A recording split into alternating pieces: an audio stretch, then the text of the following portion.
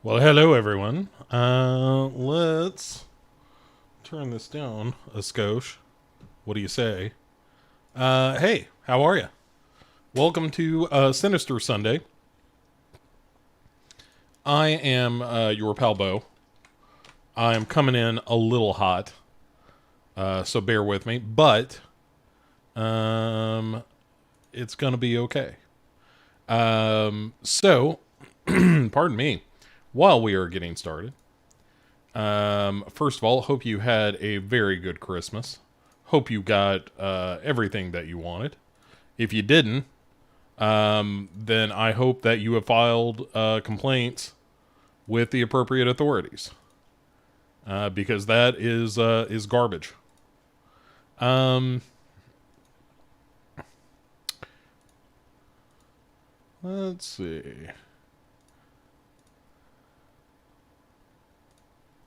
I think that's our guy. All right. Yeah.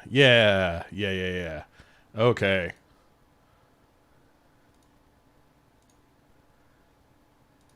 We are again. Apologies. I have been, pardon me, um, doing some changing around on my holiday break. Um, and as a result, I've changed a lot of the setup in my office. So here we go, though. We appear to be live. Everything seems to have some audio. What up, Alan? What up, Jason? Um, welcome. Things are now rolling as they should. Okay, so like I said, hope everyone had a terrific um, Boxing Day. Is that what this is? But yeah, I hope you had a good Christmas. I did. Just to keep the record straight. I had myself a very enjoyable Christmas. Unfortunately, the lovely Brandy, my much better half, is she has or did have a touch of the COVID, and as such, was not able to really participate too much. I saw her through the glass. Yes, you will see Johnson the Wonder Dog just over my shoulder here. But yeah, she has been sick. She is on the upswing for sure, but has still been, not 100%. A little bit of a bummer. So I didn't get to hang out with her as much as I would have liked to over the Christmas season. But like I said, she's on the upswing. Once we know that she is no longer ridden with plague, then we're gonna hang out some more. So instead, I went to my brother's, and which, in fairness, was the plan all along. But I went to my brother's, and Xander, my nephew, had a just a terrific time. Opening presents and stuff. And that's, you learn very quickly as you get older, the real fun of Christmas is not the shit that you get. It is the shit that you see young kids get, because kids get excited about like toys and stuff in a way that just an adult never will anymore. And so, yeah, that was super fun. I really, really had a good time doing that. And then have been kind of catching up on horror movies. Thinking about my best of 2021 list. Starting to put some stuff together. Like I could put together a top 10 right now, but there are movies that I still want to see before I do such a ridiculous thing. But I'm excited. Jason says he's got huge news. Good. But and thanks for the well wishes for Brandy. Yeah, she's totally fine, but like her son's girlfriend had it, and then her son got it, and then she got it, and all of them are on the road to recovery. Had real bad sore throats and kind of an achy feeling was my understanding of the situation, and are pretty fine now. So, at any rate. If you have been listening to The Dark Parade, which first of all, thank you very much. Second of all, we have been doing the Black Christmas series, which is going to be wrapping up this week, and I think you're going to enjoy that. That is a conversation that I had with Mark Ball, is who I talked to about the 2019 Black Christmas. So I've now officially seen every movie entitled Black Christmas, and that comes with it, of course, a feeling of pride. Yeah, and two of those three movies I like quite a bit. One third of the list, not so much, but it was an interesting experience to watch, to be sure. So it was a very good time. But coming up in January, just so you know what's ahead this coming week on the Dark Parade, in addition to the conversation about Black Christmas 2019, I'm also going to be doing a found footage Fool that is all about the dark tapes, because that felt like a movie weirdly that needed to be addressed sooner rather than later. And then coming soon in January, we're going to be doing a lot of one-off films. We're not going to be doing film series for that month. I've got something else planned for February, but January is just going to be one-off films, and I've got 3 of the 4 movies scheduled already, and we'll be recording those pretty soon, and I'm very excited. It's going to be fun. Dan saying that he has a feeling In the Earth is my number 1 for 2021. He watched it on my recommendation, loved it, and was also haunted by it for a few days afterwards. Yeah, man, In the Earth will get under your skin. Skin also. Yeah, In the Earth is, oh man, I don't know if it's going to be the top of my list. It's certainly in the conversation. In the Earth is a terrific movie. I really, really like it. But there are other movies that I really found My Heart Can't Beat Unless You Tell It to really wallop me. Like, that movie had a lot of impact on me. I thought that was great. So, yeah, I'm looking forward to putting together the list, because it's going to be a fun one to do. And I've got 2 or 3 movies that I want to see before I sit down and put that list together, but that will be coming pretty soon. And I'm very excited to see where things shake out, because when I do the list, the way I do it, it is not very scientific. Unlike doing a Masters of Horror, the way that I do it is like, do I think this is just qualitatively a better movie than this, So I kind of go through the list, and I do that one time, and then I go through it again, and I'm like, okay, would I rather watch this or this? And that's kind of the real unscientific approach I take, is what do I think is better? What would I rather watch? And that changes the list sometimes, because there are movies that I really respect and enjoy and will make it to my list, but won't necessarily capture a top spot, because even though I might think that it's a better movie, in terms of just like the craft and so forth, but if I don't want to watch it, unless the caveat there, of course, right, is like, well, if it's one of those movies like, oh, well, it really got under my skin, I'm scared watching this movie, well, then, that rockets to the top. But, Johnson, what about you? Seems to be fine with it. Johnson, of course, known for his sleeping and farting. He is doing one of those 2 things right now. I assume he will be doing the second pretty soon. Also, completely ate the liner on his crate today when I went to the movie. So we are still working out how to get him crated in a way. Like, he doesn't have accidents or anything in the crate, which is great, but he just constantly eats part of the crate, and that is not as great. So I had to order a metal pan liner, and I'm also trying to find some pet bowls that like screw onto the crate so that they're not at foot level, so he spills them and then freaks out about having a wet cushion and stuff. This dog lives in the lap of luxury, and that's kind of how he prefers it. So We're trying to get all of this kind of evened out. We're trying to get a routine down, but he's doing really well. He's a real good dog. He is a real sweetheart. So one of the better Christmas presents that I've given to myself in a while. So anywho, let's get into some news. Jason said he's got some. So we will definitely look at that. So all right, when I was going through the news this week, there wasn't a ton. This time of year, there's just not like a giant amount of news, which is kind of fine by me, you know. On this day after Christmas kind of event, I'm cool with a little light news. You put car upholstery on your couch. Was that for the farting? Because that's really the problem. Anyway, Dan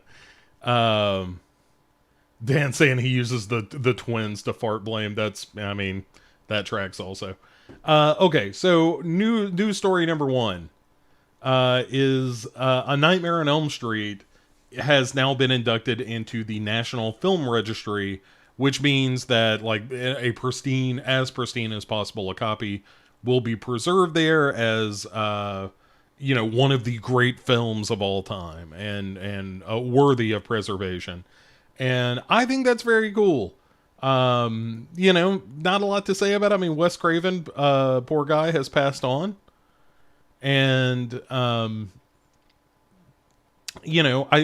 it's nice to have that honor. Like that, it truly is an honor. I mean, that is for the big time movies, right? Like that is an honor bestowed upon films. I mean, the whole point of it, right, is like if civilization ends, you can go to the National Film Registry, and here is a list of movies that were deemed as being art, and kind of these are the movies that reflect our culture in some way. So anyway, I think that's very cool. I'm very excited about that. Alan also saying farts and chews. That's again a reference to Johnson the Wonder Dog, who also farts and chews. This is a side note. Jason, be at the ready for your news. The side note I would give you is I kind of fell down the well recently of watching a documentary that was, I don't know if it was produced by Microsoft. I don't think so, but I think they probably threw some money into it or something. But it was a 6-part series about the development of the original Xbox console, as well as, the ensuing consoles and stuff like that. And it's not like an expose, but there's some warts and all kind of looks, especially with the Xbox One about, hey, here are some bad decisions we made and that kind of thing. But so I on the heels of that, I also listened to the audiobook Blood, Sweat, and Pixels, which was all about the development of 6 different games, including like Diablo 3 and Destiny and Pillars of Eternity and Star Wars 1313, the game that never came out. Super interesting. So I just wanted to pass that along, because if you are a person interested in video games, the book Blood, Sweat, and Pixels is really fascinating. That has nothing to do with the news we were talking about. I just thought it was interesting. Dan saying, thank the Lord that Johnny Depp's crop top is now preserved for future generations to marvel over. That Heather Langenkamp drinking coffee on the sly, that's preserved forever. The performance of her mom in the movie, which I find kind of David Lynch surreal, act like you're really drunk. I really love it. So I don't even, all right, let's go to news story number 2, which I don't have a picture for, but it kind of don't matter. So here, we'll just get rid of the picture. How about that? Guess what? Keith David was in an interview recently, and somebody mentioned to him, like, I always really loved the end of The Thing because you were never really sure what was up. And Keith David himself, Childs himself, was like, wasn't me. I was not the Thing. Don't even worry about it. Not exactly a new story, but I found it to be interesting that Keith David himself, Childs himself, has said definitively he was not the Thing. Now, whether or not you want to believe that, that's up to you. But I like it. I'm kind of on board with him being like, okay, I was not the Thing, never was the Thing. It was probably McCready. Or maybe neither. That's the other thing. And so Jason says, in our ongoing coverage of all things Bad Ben, Nigel Bach has announced Bad Ben Eulogy, the 10th of the series coming Memorial Day. I still have not doved or divin into into the Bad Ben films. I may do that soon. And this is the week to do it if ever there was one. So that may happen this very week. Jim also pointing out that Keith David saying Childs was not the Thing is exactly what the Thing would say. And you're right about that. So maybe so. Oh, sorry. Jason and Jim both had the same line pretty soon. Dan also saying that he heard that I saw a Memberberry movie and had some thoughts. Yeah, okay. So let's. There were two movies. I saw the two big movies that came out over the past week. I saw the Matrix Resurrections, which has been, I would say, divisive online. I mean, who would think that the internet would be full of people arguing about a movie? But sure enough, here we are. Yeah, so I thought the Matrix Resurrections, like, I'm not the biggest Matrix fan. I'm a big fan of the original movie, and that holds a really dear place in my heart. The Matrix blew my mind. And watching it in subsequent viewings over the years, I still have a lot of time for that movie. I don't know if I've seen Reloaded and what was the third one? Recycled? Whichever. I don't know that I've seen those movies since they came out. I remember there being a lot of Jesus imagery and not really caring. And then I watched Matrix Resurrections, and it probably pays a little bit to be a little more familiar with the Matrix sequels than I am. But what I liked about the Matrix films, and I'm not going to spoil anything that is not given away in the first 10 minutes of the movie. But one thing I really enjoyed about it was that it kind of positions the movie as like painfully self-aware of like, hey, somebody was going to make a fourth Matrix movie, and it might as well be the creators of the Matrix. And also there's this kind of discussion within the film about bullet time, and like that was revolutionary when it came out, but how do you do a follow-up to a movie that's that revolutionary? And the answer seems to be to kind of just make another one of those. But Revolutions, thank you, Jason. So it's Reloaded and Revolutions and then Resurrections. Yeah, Andrew and Alan both saying the Matrix regurgitated. Jim saying the Matrix reupholstered, for dogs. Yeah, I don't think the Matrix Resurrections is a bad movie. I think it's okay. If someone if someone came to me and said, should I watch the Matrix Resurrections? I would say, first of all, do you have the HBO streaming service? In which case you absolutely should. If they say no, then that's where the questions get a little more personal, where I'm like, all right, well, how do you feel about the last two Matrix movies? Did you think they were okay? Do you have any reverence for the series beyond the first movie? And maybe if you don't, then it's not a must watch or anything, there is a surprising amount of heart to the movie, which is not something I necessarily associate with the Matrix films. But I enjoyed it well enough, like it kept my attention. There were a lot of times where they definitely referred to stuff that happened in the other movies, and I was like, I guess that happened. I don't remember explicitly what happened in Reloaded or Revolutions, but if you say so, Lana Wachowski. But it like the action scenes range from the mediocre to the pretty good. The villain of the film is kind of fun. And yeah, it was, this all sounds kind of measured, but that's how I felt about it. It was, I felt very measured about the experience, where I was like, this is all fine.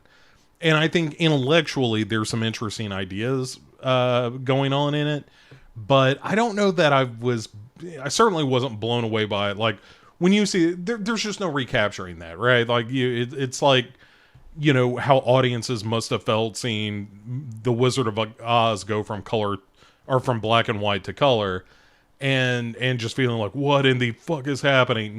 Like, that's what made the Matrix so cool. And when you go back to it, it's such a simple idea, well executed, and has a lot of great action sequences. And there's still nothing in Matrix Resurrections that I think matches the sheer coolness of that first fight in the bank with Trinity and Neo in the original Matrix. So, Andrew saying the Matrix Repossessed starring Leslie Nielsen.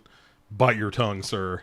No one needs to think about the movie Repossessed. Matrix Recycled was the fourth one, Jason says. Yeah, I mean, you're not wrong. There are moments that are definitely like, oh, they are clearly trying to recreate this moment from the Matrix, but also it's kind of commenting on that. But then you get into the question of, well, just because the movie is meta and very aware of what it is, does that mean it's better for being what it is? I don't know. But it was fine. It was totally fine. I know a lot of people really hated it, because the one thing that the movie does is it kind of takes the piss out of people who were just like, oh my god, the Matrix is the coolest thing that ever was. And it kind of pokes fun at itself on that level, and has the main character kind of ask what the point of all of it is. And I like that stuff. I just don't know that it has great answers for the questions that it's asking. Matrix 4, The Quest for Peace, which Neo fights radioactive Neo. That would be pretty good. Okay, but so that's Matrix Resurrections. The other movie that I saw that is the big Member Mary movie, and this is one that has no like self-awareness. It is not poking fun at itself. But I saw the Spider-Man No Way Home. And again, I will not spoil the movie for anyone. Although I will say, if you are a fan of the current cycle of Marvel Cinematic Universe, the MCU movies, and if you're deep into that ecosystem, this is probably the best of the movies that have come out recently, for sure. As far as Spider-Man movies go, Spider-Man 2 is probably still going to be the one that always holds my heart. The Spider-Man with Tobey Maguire and Alfred Molina as Dr. Octopus and all that stuff. I love Spider-Man 2. I think Spider-Man 2 rocks. This is probably... it's tough to talk about, because it does, fall into that nostalgia pit in a lot of ways, because it definitely knows it is a movie that comes on the backs of a lot of other Spider-Man movies, and it has some of those beats, and it's not surprising. Even when it's like, oh my god, guess who's in this movie? Even when it kind of does that shit, I don't know that it ever feels like it's a surprising movie, but it's incredibly satisfying as one of those movies. You know, Dan saying that he would give this a 10 out of 10, the Spider-Man No Way Home, and do not apologize for that 10 out of 10. He says, Jason says he watched Shang-Chi this morning. Shang-Chi, I think, is great up until it becomes a Marvel movie in the last 20 minutes. I still like it a lot. I think this is better than Shang-Chi. It Look, I mean, for all my measured statements about the movie, I laughed a lot in the movie. I rolled some tears in the movie because I'm a chump.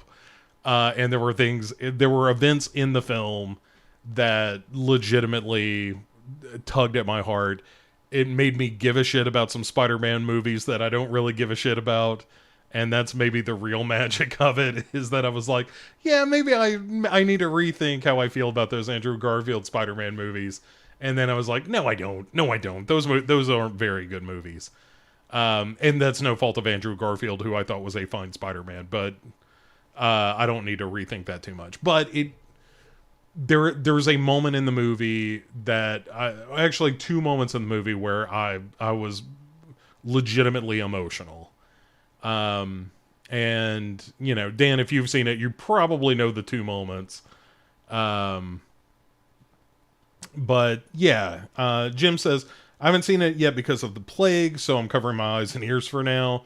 I get it for sure. Again, I'm trying to talk as vaguely as possible. I will not directly say anything about this movie, other than my feelings about it, and the fact that it tries to make me care about those Andrew Garfield Spider-Man movies. Dan says that he also watched Shang-Chi and felt like he was watching Marvel Does Jackie Chan until the last 20 minutes. Yeah, right. Like that whole bus fight sequence in Shang-Chi is fucking great. So let me say another thing about No Way Home that has nothing to do with the movie itself. And I liked it too. I liked it a lot. I don't know where it lands for me. I need to sit with it for a couple of days. It's supremely manipulative, but also I'm kind of fine with that. Like it did what I wanted it to do, even though I never felt like I was shocked by the goings on of the movie. There was never a point where, you know, I'm like, oh, I got to pick my jaw up off the floor. But I enjoyed it all. I had a great time watching it. But so we went to see it in 40X. And that's the shit where it's like they spray water at you. And if you're somewhere where it's cold, it gets colder in the theater. And the seats move around and whatnot. And it was the first time I'd gone to a 40X movie. And the thing that I was surprised by was how fucking violent it was. I might need corrective back surgery as a result of the 40X experience. It was cool, and there were things I liked about it, but I don't know that it sold me on going back to another 40X movie, because I was like, well, I can't really enjoy the movie because I'm being thrown around in my chair hither and yon. And I can't really, like, just concentrate on what's happening on the screen because I'm holding on to the fucking armrest so I don't get thrown clear. But, you know, it was a good time and I enjoyed it. But I think I would enjoy 40X for a movie that I was less kind of invested in, strangely. Like, what I needed to do is to go to one of those, you know, Fast and Furious movies in 40X. Dan says he does know the 2 moments and agrees, did not expect the tears. Yeah. It's, it came and, you know, I'm going to spoil a line that will mean nothing out of context, but Dan will know exactly what I mean. But it came at the, are you okay? Are you okay? And I was just like, oh my goodness. Oh, it was so good.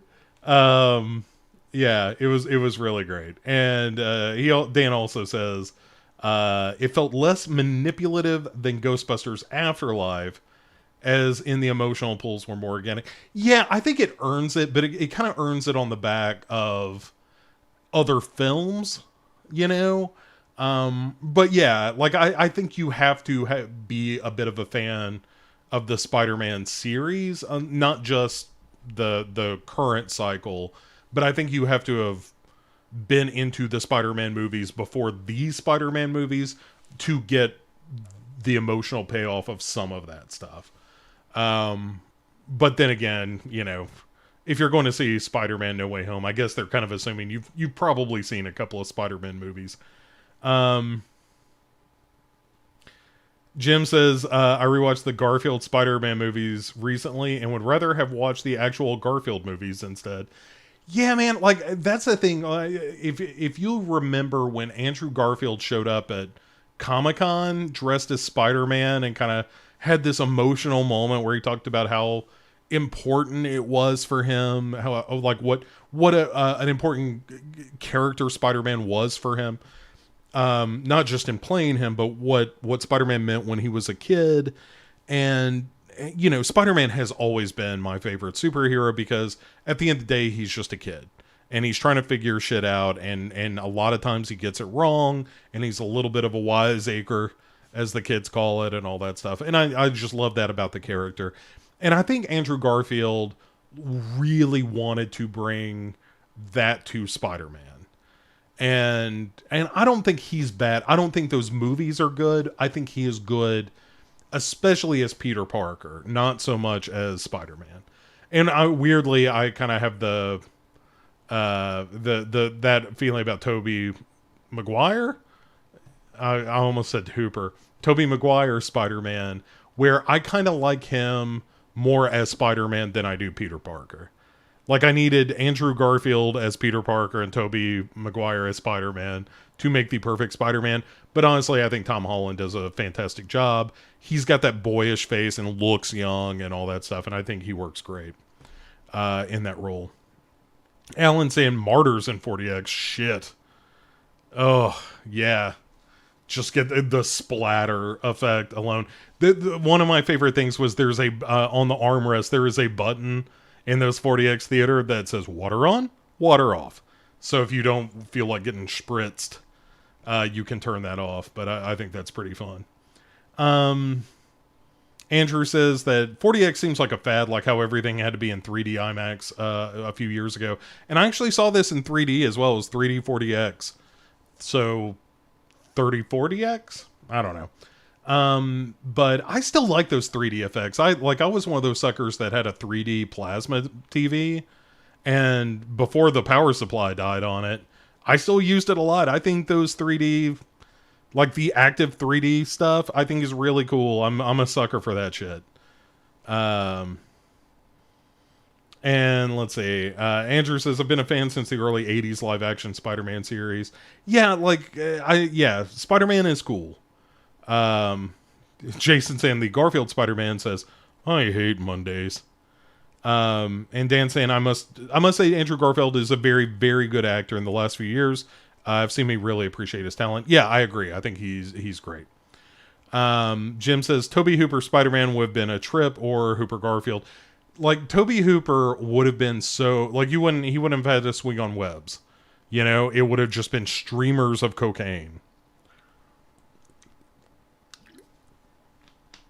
I do think it's kind of fun now that not Toby Hooper, that Sam Raimi, who started the Spider-Man series, is now going to be the guy to take over the Doctor Strange film. And I think that's a good time. But, it's kind of fun to see, like, for all its faults in the Marvel Cinematic Universe, like I watched the Hawkeye series on Disney Plus, and I thought that was pretty good. Not my favorite. I still think the WandaVision stuff is the best of all of that. But I do think that like the Marvel Cinematic stuff has gotten more right than it's gotten wrong about what I enjoyed about those comic books and what I enjoyed about the Marvel stuff and just comic books in general. Like these characters pop up all over the place, and there's still an emotional core to a lot of it. Like Shang-Chi that we were talking about earlier, that like there is his relationship with Aquafina's character, and the trailer for that movie did it no favors, but that was a relationship I really enjoyed in the movie. Like I really bought their friendship and their affection and that kind of thing. And Dan saying that Doctor Strange trailer looks crazy. Yeah, man, the thing that I noticed in the Doctor Strange trailer, or at least the way it was presented, at the end of the Spider-Man. I think it was just the trailer, so forgive me if it's not. But there was a definite reference to Captain Carter. The what if, Peggy Carter becomes Captain America kind of thing. And I was like, I'm totally down for that. I hope that they bring back Captain Carter for this. So yeah, that's as much as I'll say. And I don't think I gave anything away. Hopefully I did not. Because I want you to go enjoy the Spider-Man movie. I enjoyed it a whole lot. I need to live with it a couple of days to decide how manipulated I feel. Definitely a little bit, but I'm kind of okay with that because it did stuff that I wanted it to do. Even if I didn't find it terribly surprising, there were still so many moments where I was like, oh, you guys, look at what Spider-Man's doing. I was very excited by much of that film. And I did think it was very funny. And like Dan and I were saying, there were 2 moments in that movie where I rolled tears because I'm a big schmuck. But man, it made me so happy. Those two scenes not made me happy that, sad stuff was happening on screen, but it was just like, oh, this is really well crafted. This is really well done. And, yeah, it got me right in the hearts. Okay, so there's not a lot streaming this week to talk about. So I've got here a couple of lists because the last time we did it, I thought it was a lot of fun to talk about some Reddit list that floated around. And so I've got 2 of those this time. Oh, man. I'm so thirsty. So here are the horror movies with the darkest endings, according to the good people at Reddit. So there are 10 movies, and I wanted to evaluate whether or not any of these 10 movies truly have a terribly dark ending. Andrew also saying he saw Nightmare Alley, which is the Spider-Man counter programming, and I plan to see that sometime this week. Oh, okay, all right, hold on. Dan says, pardon me, quite a few what if references in that Doctor Strange trailer. What if Sam, or he basically saying that he wants some scary Raimi. It's been a while, which leads into the question, is Sam Raimi a master of horror? Now, if you are new to this, remember, you have to, 3 of your first 5 films have to be great horror films. Or 3 of your first 5 horror films have to be great. After that, it's a sliding scale. So let's get into The Evil Dead, starting off in 81 with The Evil Dead. Some shorts and that kind of thing before that, but let's start at the beginning there. So yeah, for sure. Crime Wave, not a horror movie, so it doesn't count. Evil Dead 2, 100%. Darkman, not technically a horror movie, but in retrospect, kind of crazy that Darkman was a Sam Raimi joint. That had to have gotten him the Spider-Man gigs. But so for 2 for 2. After Darkman, we've got Army of Darkness. I also love Army of Darkness. I saw it opening night. Still love it. So that's 3 for 3. I mean, he could do two bad horror movies here, still be a master of horror. Quick and the Dead, not horror, but still all right. Simple Plan. Simple Plan, don't go sleeping on a Simple Plan. Not a horror movie. Simple Plan, a great fucking movie. For Love of the Game, which I think is that Kevin Costner movie. Yeah. Which I don't think is a very good movie. But, everybody's got one or two. Then you've got The Gift, definitely a horror movie, also great. One of the best, secretly one of the best Keanu Reeves performances in any movie. So we are at 4 for 4 for horror films. Then he did the run of Spider-Man 1, 2, and 3. Spider-Man 2 is probably my favorite of those. But Spider-Man 2, both good. Spider-Man 3, no, just doesn't come together. Not the worst. Like, that movie gets a lot of shit. It's not as bad as like Amazing Spider-Man 2, but it's not good. Then Drag Me to Hell, which, hey, drag me to the theaters, you know what I'm saying? Drag Me to Hell, I think, is really good. And has a great I mean, it's kind of, in a weird way, it's almost a remake of like Night of the Demon, or Curse of the Demon, depending on which version you saw, but I really dig that.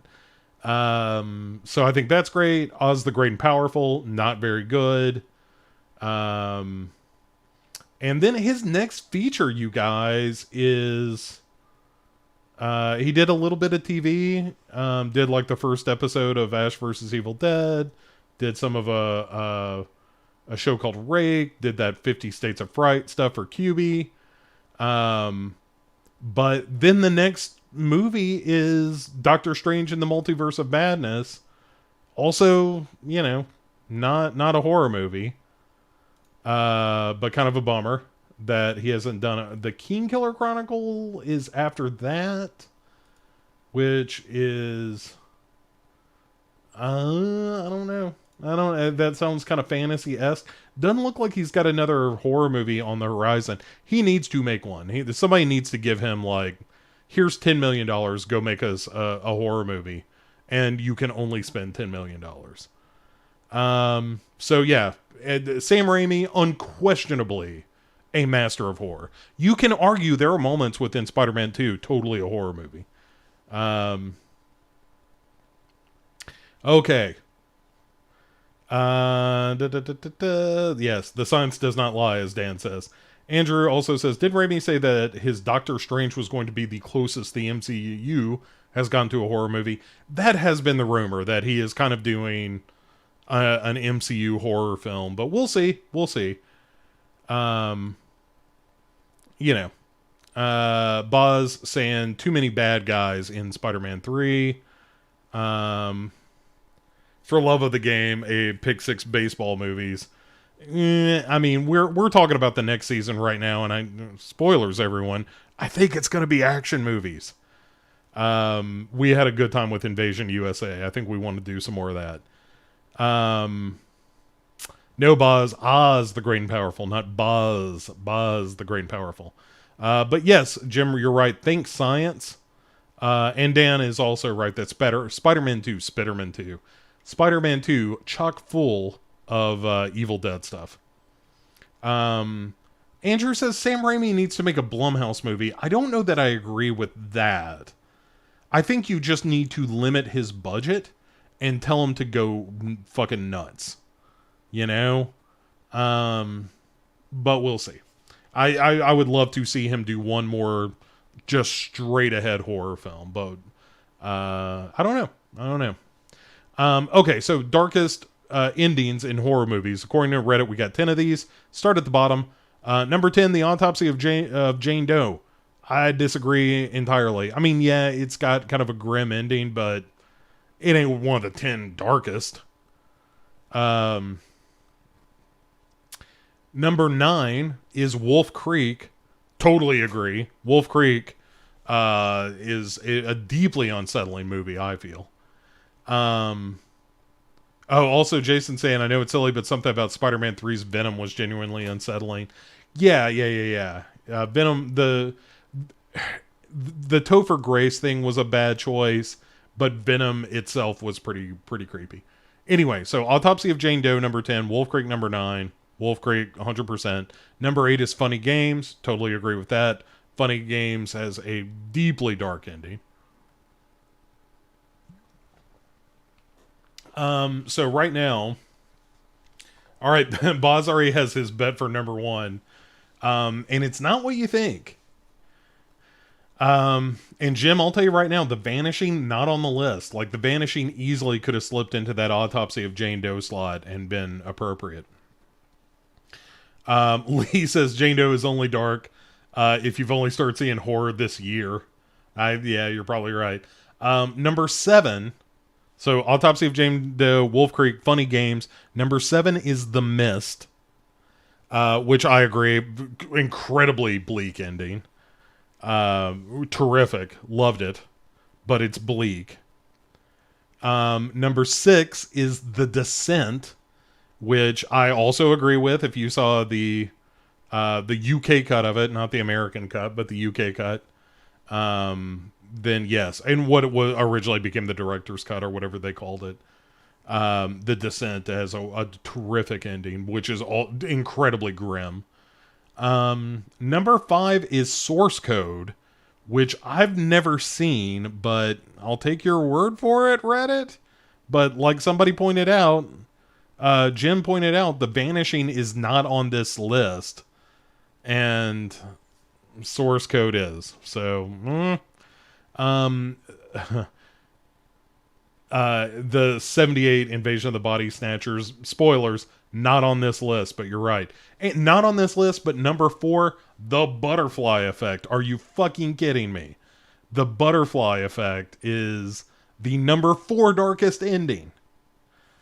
Number 3 is Martyrs, no question. Martyrs has a really grim ending, and you know, we can argue about whether there is an answer given or no answer at all or whatever. Like, if you haven't seen Martyrs,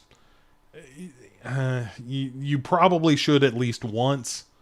I don't know that you need to see it more than that. I've seen it twice, and I feel like, you know, it's diminishing returns because you kind of know what's coming.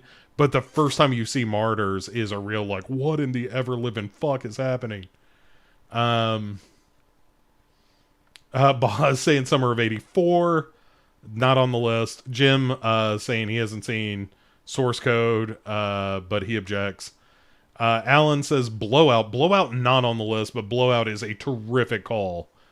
Again, Butterfly Effect, Source Code, and Autopsy of Jane Doe.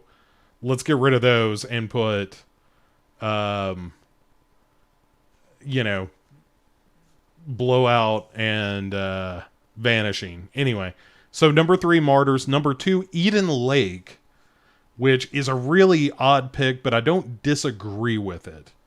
I don't know that it belongs at the number 2 spot, but like if you swap that down to 10, I'm totally on board with it. And then number 1, hold on to your hats, folks. Hold on to your butts. Number 1, Arlington Road, which, if I am not mistaken, let me make sure I've got this movie right, because I think Arlington Road is, yeah, the one with Jeff Bridges and Tim Robbins. And, like, first of all, only an okay movie. And definitely not the most disturbing. Like, I would say The Mist is a much darker ending than Arlington Road. But,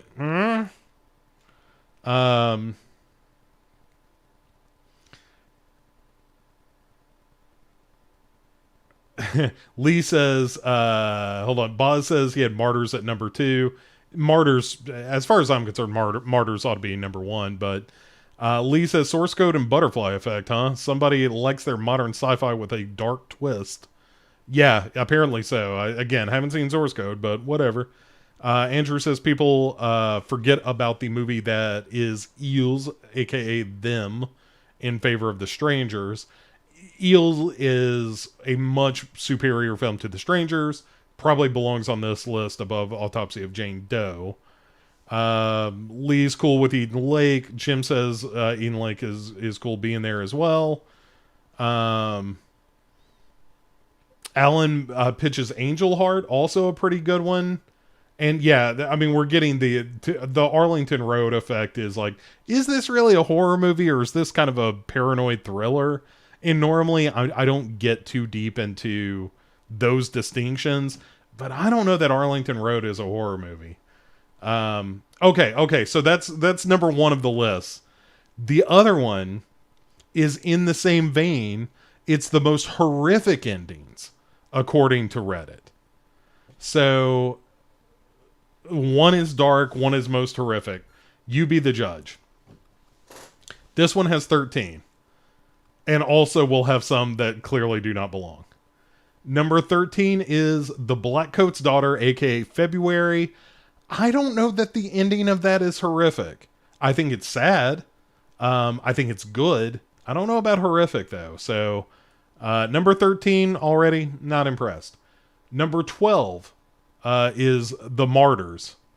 Yes, that is a horrific ending. Well done, Reddit. You've got number 12 correct, although number 12 seems low on the list, but we'll see. Number 11 is Alien. Alien has a horrific ending like that. She gets away. 13 is hardcore. I mean, the movie Hardcore would be better than the Blackcoat's Daughter. So of this list, Blackcoat's Daughter, Martyrs, Alien. Martyrs is the only one that I think has a really horrific ending. So, number 10 is The Vivitch, which again, I don't know that I would call that ending horrific. I love The Witch. It's one of my favorite horror movies ever made. But I don't know that the ending is horrific. It's like, it feels more inevitable. But I don't know. Maybe I watch too much weird shit. Number 9, Don't Look Now should be on there, Lee, and it's not. I'm telling you right now. Just get ready for that. Number 9 is Audition. Which, alright, I'll give you that. Audition has a pretty horrific ending. I'll give that one to you. Number 8, Midsommar. Okay. Like that one seems more legit to me than Alien.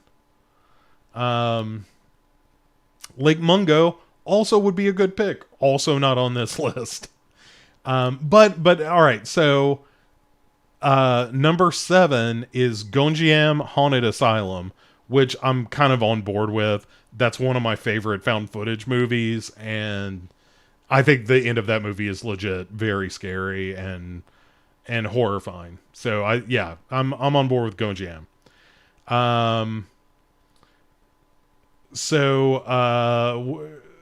Alan, are you talking Melancholia or Melancholic? Because I don't know if I've seen Melancholic. Melancholia, not really a horror movie, but I like where your head's at. I think I already mentioned, Lee, that Lake Mungo is not on this list, which is unfortunate. Boz, with Hereditary, prepare yourself. Gird your loins, sir, because that is coming. Number 6 is, this feels like a little bit of a cheat. Number 6 is the Safe Haven segment of VHS 2, which is, you're right, but I feel like that's cheating because it's not a whole movie. It's a segment of a movie. Andrew says the witch ending is, some say it's empowering, some say it's terrible that she gives her soul to the devil. Guess that depends on how you feel about the devil. She wanted to live deliciously and then did. And she wanted the taste of butter. But also it's like, well, this is also what society has pushed her towards. You can make the argument, but I don't think it's a horrific ending, you know? Like Gonjiam, like I said, is like, that chills me. Audition fucks with me. The Witch, not so much. Midsommar is like a horrific ending, but even that, anyway. So, but VHS 2, Safe Haven segment, number 6 on the list. I I think that strains the list when they're like Borderlands, Boz and Allen have mentioned, not on this list, but you're right, both of those would be good. Climax would be good. Lee Russell saying segment, get out of here. I totally agree. I don't think that a segment ought to count. Number 5 is Hereditary, totally legit. That's got a great horrific ending. Also, speaking of Hereditary, so the kid from Hereditary is in that M. Night Shyamalan movie, Old. And that movie, Old, is like someone dared someone else to make a movie that just had the worst dialogue ever in it. Anyway, I don't know if you guys have seen Old, but don't. Old was not very good.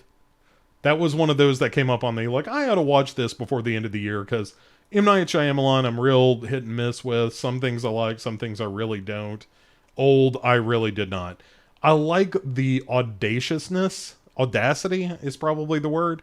I like the audacity of its premise, but it's just supremely dumb. The way that people talk to each other in that movie is so stupid. It's badly written. It's a badly written movie. And this coming from the guy who wrote Lost After Dark. Lost After Dark, I would contend, better written than Old. So put that in your pipe and smoke it, M. Night Shyamalan. Number 4 on the list, Blair Witch Project. Somebody mentioned that earlier. Blair Witch Project, totally legitimate, horrifying ending. Jim points out, the witch swapped her annoying siblings for butter. Sounds like a happy ending to me. I agree. Old is a tangent. Old is a tangent for both me and everyone involved. And all of us should feel bad about ourselves. Boz saying The Mist for number 1. The Mist does not appear on this list, which is crazy. Anyway. Blair Witch, totally legit. Autopsy of Jane Doe shows up again on this list at number 3. Number 3 on this list is the Autopsy of Jane Doe. Apparently the readers of Reddit love some Autopsy of Jane Doe and also find it very disturbing. I do not agree. I think the Autopsy of Jane Doe is totally fine, but I do not find it to be a movie that gets under my skin. Wreck. Number 2 is Wreck, which I'm okay with. Like, the first time I saw Wreck, I don't know that the end is the scariest part, but if you're saying that the end is the last, like, 15 minutes of Wreck, then I'm on board. Oh man, why does the thing have a hammer? Why does it have a hammer? The answer is because that thing holding a hammer is terrifying. Jason saying they've only seen 24 movies is the reason Autopsy of Jane Doe keeps showing up so high. Also, Alan pointing out that Shyamalan tried to make a magical realist comic into a thriller. Maybe that's the problem with it. And I'm curious as to what the comic is like, but the movie I thought was an utter failure. I mean, I feel like that movie's like an hour and a half, hour 40 long, and it felt fucking unendurable. Felt like I was growing old watching it, because I was aging by the second. Okay, so the number 1, Andrew says, the first time I saw Wreck, was I a wreck? So if others don't know this story, I had heard so much buzz around the movie Wreck and how scary it was. And those were the, pre-streaming days where I had to import that movie from the UK to get my eyes on it. Because I was like, if there was a movie that can legit scare me out there and I haven't seen it yet, I need to rectify that immediately. So I ordered Wreck on DVD, had it shipped overseas to here at Legion headquarters. And the next thing I know, I'm sitting down watching Wreck, and it did scare the living shit out of me. That movie scared the fuck out of me when I saw it for the first time. And I still contend the last 15 minutes of that movie, terrifying. I was a wreck. And, and here's another thing I've probably said elsewhere before, but when I showed that to a friend of mine, Alan, when the movie ended, she said, "I'm so glad that ended when it did, because I don't know how much more of that I could have taken." And in the best possible way. So I loved it. Wreck is awesome. One of my favorite movie watching experiences, just because that movie just got on top of me. Rectify. That's right. Number one on this list of the most horrific endings, according to Reddit, the taking of Deborah Logan, which, I mean, it's certainly the best part of the taking of Deborah Logan. I don't know if it's the number one most horrific ending. I mean, again, Martyrs isn't on this list, or Martyrs is number 12 on this list. The fact that Alien is on this list blows my mind. But that's it. Those are your top 13 most horrific endings. Like I said, nothing really coming to streaming this week until next we speak next Sunday. So I think we're all free to go about our filthy business. Thanks as always for being a part of this. Thanks for chatting. It's always way more fun when you guys are here to listen to me ramble and contribute, and also scratch your heads along with me as to why these lists are whatever the fuck. Anyway, like I said, coming this week on The Dark Parade. By the way, let me just say this. We started The Dark Parade in October, which was nonsense, or like late September. I really appreciate the fact that you guys have shared the show around, that you have made it a success. It is incredibly fun to do. It is really satisfying. I love the shows that we're doing. I think that they are a little deeper than a lot of shows go when it comes to horror movies. And so thanks for listening. Thanks for sharing. Thanks for rating, reviewing, and all that fun stuff. You guys are the absolute best. As we draw the year to a close, let me just say how much that means to me. Because it's awesome. Lee saying the unhinged jaw on taking of Deborah Logan is what makes it most interesting. I agree. And Boz saying it was watching Wreck was worse for his wife because she understood everyone shouting in Spanish at once, which stressed her out big time. Yeah, Wreck is terrifying. Anyway, so that's it though. We will be back next week. Next week? Yeah, next week, next Sunday, to do another one of these. And talk about, more lists, more news, more stuff that we've been watching. If you enjoy the Marvel movies, get out there, see the Spider-Man, and I'll be putting together a list pretty soon. Johnson says it's time to go, everybody. Thanks for watching, and I'll see you next time. So, bye. Where's my control? I gotta do the control thing.